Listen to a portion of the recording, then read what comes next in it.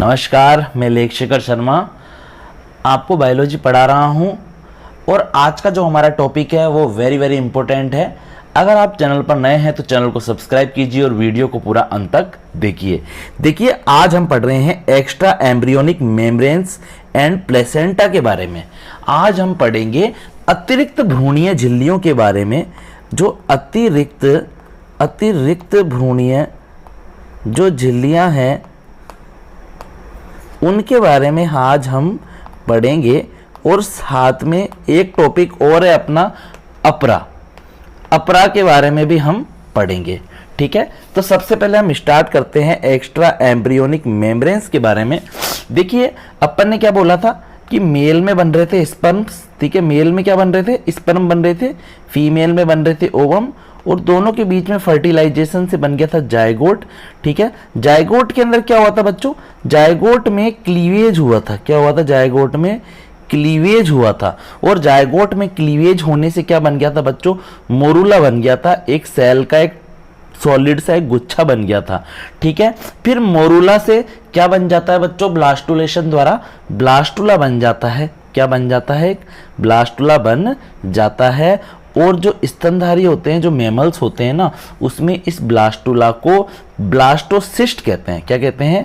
Blastocyst कहते हैं। कोरक पुटी के नाम से जाना जाता है। ये जो कोरक पुटी होती है, ये जो मदर है उसका जो यूटेरस है, उसका जो गर्भाशय है, उसके अंत स्तर से, उसके एंडोमीट्रियम से जुड़ जाता है। स्तनधारियों के अंदर, मैमल्स के अंदर जो ब्लास्टोसिस्ट है या जो कोरक पुटी है, ये यूटेरस की एंडोमीट्रियम से अटैच हो जाता है। फिर उसके बाद में बच्चों इसके चारों तरफ जो एम्ब्रियो होता है ना, उसके चारों तरफ क्या किसका निर्माण हो जाता है? अतिरिक्त भ्रूणीय झिल्लियों, एक्स्ट्रा एम्ब्रियोनिक मेम्ब्रेन्स का निर्माण होता है। द सेलुलर लेयर फॉर्म्ड और ब्लास्टोमियर्स रिमेन एज ब्लास्टोडर्म। देखिए आप ध्यानपूर्वक, ये इस प्रकार से है, ऐसे देखिए। ये जो ब्लास्टोडर्म की जो ब्लास्टोमियर्स है ना, देखो यहां पर एक है ना ऐसे गुच्छा सा होता है सेल का। ठीक है, सेल्स का गुच्छा सा। तो जो ये सेल्स का जो गुच्छा है ना, ये तो बना देता है एम्ब्रियो। क्या बना देता है? ये एम्ब्रियो बना देता है। लेकिन जो ये चारों तरफ की जो सेल्स है ना, ये किसी काम में नहीं आती है और ये पेरिफेरल रीजन के रूप में पाई जाती है और यही एक्स्ट्रा एम्ब्रियोनिक मेम्ब्रेन का निर्माण करती है। देखिए आप ध्यानपूर्वक, the cellular layer formed of blastomeres remain as blastoderm. ये क्या बोल रहा है कि जो ब्लास्टोडर्म के अंदर जो ब्लास्टोमियर्स पाई जा रही है ना, ठीक है, तो यहां पर क्या बता रहा है कि ब्लास्टोडर्म में the central part of blastoderm gives rise to embryo proper. यहां पर क्या बोल रहा है कि जो ब्लास्टोडर्म है उसके यहां पर जो केंद्रीय भाग में ऐसे सेल्स का एक गुच्छा सा पाया जाता है, जो तो एम्ब्रियो का फॉर्मेशन करता है। किसका फॉर्मेशन कर लेता है? भ्रूण का निर्माण कर लेता है। परंतु जो पेरिफेरल जो ब्लास्टोमियर्स पाई जा रही है, well the peripheral portion does not take part in the formation of embryo. Blastoderm की जो सेंटर के अंदर जो क्या पाई जा रही है? एम्ब्रियोनिक नोक पाई जा रही है, जो भ्रूणीय गुंडी पाई जा रही है, उसकी जो ब्लास्टोमियर्स है वो तो एम्ब्रियो बनाने में पार्ट लेती है। लेकिन जो पेरिफेरल रीजन की जो ब्लास्टोमियर्स है बच्चों, वो एम्ब्रियो के फॉर्मेशन में पार्टिसिपेट नहीं करती है। ठीक है, this peripheral part is known as extra embryonic region. ये जो पेरिफेरल भाग है ना, जो भ्रूण बनाने में भाग नहीं लेता है, यही क्या कहलाता है? ये कहलाता है एक्स्ट्रा, क्या कहलाता है? ये कहलाता है एक्स्ट्रा एम्ब्रियोनिक रीजन। ठीक है, this region take part in the formation of certain membrane called extra embryonic membranes। और जो ये पेरिफेरल जो रीजन होता है ना, जो एम्ब्रियो बनाने में पार्टिसिपेट नहीं करता है, यही आगे जाकर किसका निर्माण करता है? एक्स्ट्रा एम्ब्रियोनिक मेम्ब्रेन्स का ये निर्माण करता है। किसका निर्माण करता है? एक्स्ट्रा एम्ब्रियोनिक मेम्ब्रेन का ये निर्माण करता है। देखिए आप आगे, This region take part in the formation of certain membrane called extra embryonic membranes. These extra embryonic membranes provide facilities for nutrition, respiration and excretion to the embryo. ये extra embryonic membranes क्या कार्य करती है? ये जो embryo होता है ना, उसको कौन कौन सी फैसिलिटीज देती है? ये उसको न्यूट्रिशन मतलब पोषण प्रदान करने में हेल्प करती है, उसके श्वसन में हेल्प करती है, उसके रेस्पिरेशन मतलब उसके श्वसन की जो क्रिया है उसमें हेल्प करती है, साथ ही साथ जो उसमें एक्सक्रीशन हो रहा है, उत्सर्जन हो रहा है, उसमें भी ये हेल्प करती है। और ये सब कुछ किस में हो रहा है? ये न्यूट्रिशन, ये रेस्पिरेशन, ये एक्सक्रीशन किस में पाया जा रहा है? एम्ब्रियो में। और कौन हेल्प कर रहा है? एक्स्ट्रा एम्ब्रियोनिक मेम्ब्रेन्स कर रही है। देखिए extra embryonic membranes are four type की ये होती है। फर्स्ट नंबर की होती है amnion, second chorion, third yolk sac और फोर्थ नंबर की होती है एलेंटोइस। ठीक है, तो पहली है amnion membrane, chorion membrane, yolk sac membrane और एलेंटोइस मेम्ब्रेन। देखिए अब आगे ध्यानपूर्वक देखिए। On the basis of presence or absence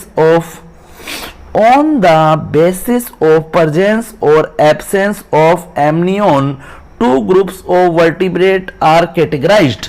यहां पर क्या बताया गया है कि एम्नियन मेम्ब्रेन की प्रेजेंस या एब्सेंट की बेसिस पर टू ग्रुप बना दिए। वर्टिब्रेट्स के अंदर भी क्या कर दी बच्चों? टू ग्रुप बना दी, टू कैटेगरीज बना दी। एक तो होते हैं एमनियोटा और दूसरे कहलाते हैं एनएमनियोटा। एक तो कहलाते हैं एमनियोटा और जो सेकंड वाले होते हैं वो क्या कहलाते हैं? एनएमनियोटा के नाम से वो जाने जाते हैं। एमनियोटा क्या कहलाते हैं? देखिए ध्यानपूर्वक आप। This group is characterized with the presence of amnion in the embryos of its membranes, for example members of class Reptilia, Aves and Mammalia। देखिए ध्यानपूर्वक, वर्टिब्रेट्स की कुछ ऐसी क्लास है जैसे कि अपने रेप्टाइल्स हो गए, मतलब कि जिसके अंदर क्या आते हैं? सारे के सारे रेंगने वाले जीवों को रखा गया है, जैसे कि मगरमच्छ हो गया, कछुआ हो गया, ठीक है, मतलब क्रोकोडाइल हो गया, ठीक है, और क्या हो गया अपना? किलोन हो गया, टोरोटोइज हो गया, ठीक है, स्नेक, पाइथन, छिपकली जो एलिगेटर जो होती है ना, मॉनिटर छिपकली, ठीक है, हेमिडेक्टाइलस घरेलू छिपकली, इन सब के अंदर क्या पाई जाती है?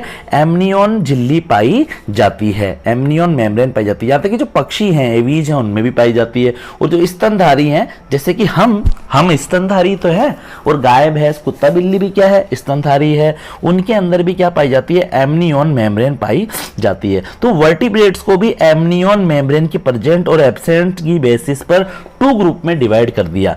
एमनियोटा जिनके अंदर एमनियन मेम्ब्रेन पाई जाती है, जैसे कि कौन कौन सी क्लास? रेप्टिलिया, एवीज और मेमिलिया क्लास। कंपटीशन का क्वेश्चन बन गया बच्चों, ये कंपटीशन का बीएससी एमएससी के लिए तो इंपॉर्टेंट है ही, साथ ही साथ ये कंपटीशन का भी एक क्वेश्चन है। कैसे? कल को कोई अपन से पूछ ले एमनियन मेम्ब्रेन की बेसिस पर वर्टिब्रेट्स को किन ग्रुप में डिवाइड किया गया है, तो एमनियोटा और एनएमनियोटा, ठीक है, इसमें डिवाइड किया गया है, ध्यान रखना। और एमनियोट कौन है? रेप्टाइल्स हो गए अपने, रेप्टाइल्स, ठीक है, रेप्टाइल्स, एवीज और मेमेलिया, मतलब कि स्तनधारी। एन एमनियोटा को देखिए, animals of this groups are devoid of amnion in their embryos, for example class cyclostomata, pisces and amphibia. देखिए बच्चों, जो एमनियोटा के जो एनिमल्स हैं ना, उनके अंदर एमनियोनिक मेम्ब्रेन पाई जाती है, जैसे कि रेप्टिलिया के अंदर, एवीज के अंदर और मेमेलिया के अंदर। लेकिन जो एन एमनियोट्स है ना, उसके अंदर जो एम्ब्रियो का जो डेवलपमेंट होता है ना बच्चों, वो एम्ब्रियन मेम्ब्रेन के अंदर नहीं होता है। फॉर एग्जाम्पल क्या है? साइक्लोस्टोमेटा। फॉर एग्जाम्पल क्या हो गया अपना? साइक्लोस्टोमेटा हो गई, पीसीज क्लास हो गई, ठीक है, जिसमें फिश को रखा गया है, मछलियों को रखा गया है, और एम्फीबियन हो गए जिसमें मेंढक, सैलामेंडर आदि को रखा जाता है। मतलब उभयचर प्राणियों का जो क्लास है बच्चों, वो क्या है? एम्फीबिया है। देखिए एक एग्जाम्पल, देखिए एक डायग्राम है, वो डायग्राम से अगर हम समझेंगे तो हमें अच्छे से समझ में आ जाएगा। यहाँ पर देखिए आप ध्यानपूर्वक, formation of extra embryonic membrane in human. देखिए ये क्या है, क्या है ये है एक है ब्लास्टोसिस्ट है, ये एक कोरक पुटी है। और ये क्या है, ये क्या है, ये वाला पार्ट क्या है, मुझे तो आप ये बताइए कि ये वाला पार्ट क्या है। ये है मदर की यूटेरस की एंडोमेट्रियम। और जो ये जो ब्लास्टोसिस्ट है ना, ये जो ब्लास्टोसिस्ट है ये अटैच हो गया एंडोमेट्रियम से, क्या हो गया, ये अटैच हो गया। माता के जो गर्भाशय की भित्ति है उसके अंत स्तर से ये ब्लास्टोसिस्ट या कोरक पुटी जुड़ चुकी है, अटैच हो चुकी है। फिर उसके बाद में इस ब्लास्टोसिस्ट में गैस्ट्रुलेशन से क्या बन गया, ब्लास्टुला बन गया। और ब्लास्टुला के द्वारा ये मेम्ब्रेन्स वगैरह का निर्माण इसके अंदर हो गया। ठीक है, तो अब आप देखिए ध्यानपूर्वक, ये क्या है अपना, ये तो है भाई साहब अपना एम्ब्रियो। ठीक है, एम्ब्रियो है ये, क्या है ये, एम्ब्रियो है। और एम्ब्रियो के चारों तरफ कौन सी मेम्ब्रेन पाई जाती है, कोरियन मेम्ब्रेन पाई जाती है। कोरियन मेम्ब्रेन से घिरा रहता है जो अपना एम्ब्रियो होता है। ठीक है, और कोरियन मेम्ब्रेन के नीचे क्या पाई जाती है, एमनियोन पाई जाती है। क्या पाई जाती है, एमनियोन पाई जाती है। कौन सी मेम्ब्रेन पाई जाती है, एमनियोन पाई जाती है। और इस एम्ब्रियोन मेम्ब्रेन के नीचे जो ये ब्लू सा जो फ्लूइड भरा हुआ है ना, नीले नीले से रंग का जो तरल भरा हुआ है, इसके अंदर एम्ब्रियो लटका रहता है। इस एमनियोन की जो कैविटी है इसके अंदर एमनियोटिक फ्लूइड भरा हुआ है और इसके अंदर जो एम्ब्रियो है वो लटका रहता है। देखिए कैसे लटका हुआ है। ठीक है, और देखिए ध्यानपूर्वक, जो ये एलेंटोइस नाम की जो मेम्ब्रेन है ना, ये किसका निर्माण कर रही है, ये इसकी जो अम्लिकल, देखिए जो ये है ना, ये आपको ग्रीन से कलर की दिखाई दे रही है, ये क्या है, ये क्या है इसकी, ये है इसकी अम्बिलिकल कोड। क्या है ये इसकी, अम्बिलिकल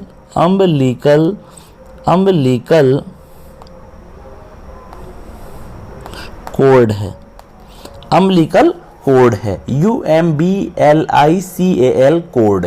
ये क्या है इसकी, ये वाली क्या है इसकी, अम्बिलिकल कोड है।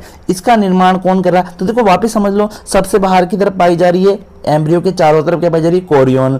फिर भाई बच्चा इसके चारों तरफ एक मेम्ब्रेन और पाई जा रही है, एमनियोन। एमनियोन के अंदर एमनियोटिक फ्लूइड है, उसके अंदर एम्ब्रियो लटका हुआ है। फिर पाई जा रही है एलेंटोइस मेम्ब्रेन। और ये किसका निर्माण कर रही है, ये निर्माण कर रही है माता के यूटेरस की जो बॉडी वॉल है ना, माता के जो यूटेरस की जो वॉल है, ठीक है, जो एंडोमेट्रियम है उसके बीच में और एम्ब्रियो के बीच में कोड का निर्माण कर रही है। एक नाभि रज्जु का यह निर्माण कर रही है। किसका निर्माण कर रही है, अम्बिलिकल कोड का निर्माण कर रही है एलेंटोइस। ठीक है, और यहाँ पर आप देखिए ध्यानपूर्वक, कोरियन और एमनियोन के बीच में एक योक सैक, एक जो मैं ऐसे एक गोल गोल बना रहा हूँ ना, ये क्या पाई जाती है, एक योक सैक नाम की क्या पाई जाती है, एक योक, जो ये पीली पीली सी मैं बना रहा हूँ, ये योक सैक नाम की भी मेम्ब्रेन पाई जाती है, जो धीरे धीरे जब एम्ब्रियो बड़ा होता जाता है, डेवलप होता जाता है, तो ये छोटी होती जाती है। क्या हो जाती है, ये छोटी होकर, देखिए यहाँ पर आ गई है, थोड़े से भाग के अंदर आकर इकट्ठी हो गई।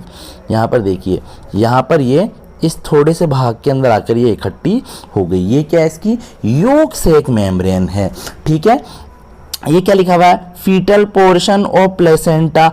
यहाँ पर ये क्या है अपना, ये फीटल है, फीटल गर्भस्थ शिशु क्या है, एम्ब्रियो के समान ही है, ये फीटल है। ये क्या है, ये फीटल है, मतलब एक एम्ब्रियो लाइक स्ट्रक्चर है ये। और ये फीटल के जो टिश्यू है ये माता के टिश्यू से अटैच हो गए, जो माता की यूटेरस की जो सरफेस है, जो बॉडी वॉल के जो टिश्यू है ना, उससे अटैच हो गए। तो ये कौन सा फीटल पोर्शन ऑफ प्लेसेंटा है, ये जो अपरा होता है ना, उसका कौन सा वाला भाग है, ये फीटल वाला भाग है, ये वाला, ये वाला जो ब्रांच जैसा दिख रहा है ना, ये वाला क्या है, ये फीटल भाग है, फीटल पोर्शन है ये। ठीक है, और जो आपको ये वाला पार्ट दिख रहा है, ये वाला, ये कौन सा पोर्शन है, ये पोर्शन है मैटरनल पोर्शन। कौन सा पोर्शन है बच्चों, ये मटेरियल पोर्शन है। ठीक है, तो मुझे उम्मीद है जो आज मैंने आपको पढ़ाया है वो आपको समझ में आया होगा। देखिए अगर हम आगे बढ़ेंगे तो वीडियो थोड़ा लंबा हो जाएगा, इसलिए मैं नेक्स्ट वीडियो के अंदर और नेक्स्ट क्लास के अंदर आपको बताऊंगा इन सभी एम्ब्रियोनिक जो मेम्ब्रेन हैं इनको हम एक एक करके विस्तार पूर्वक पढ़ेंगे।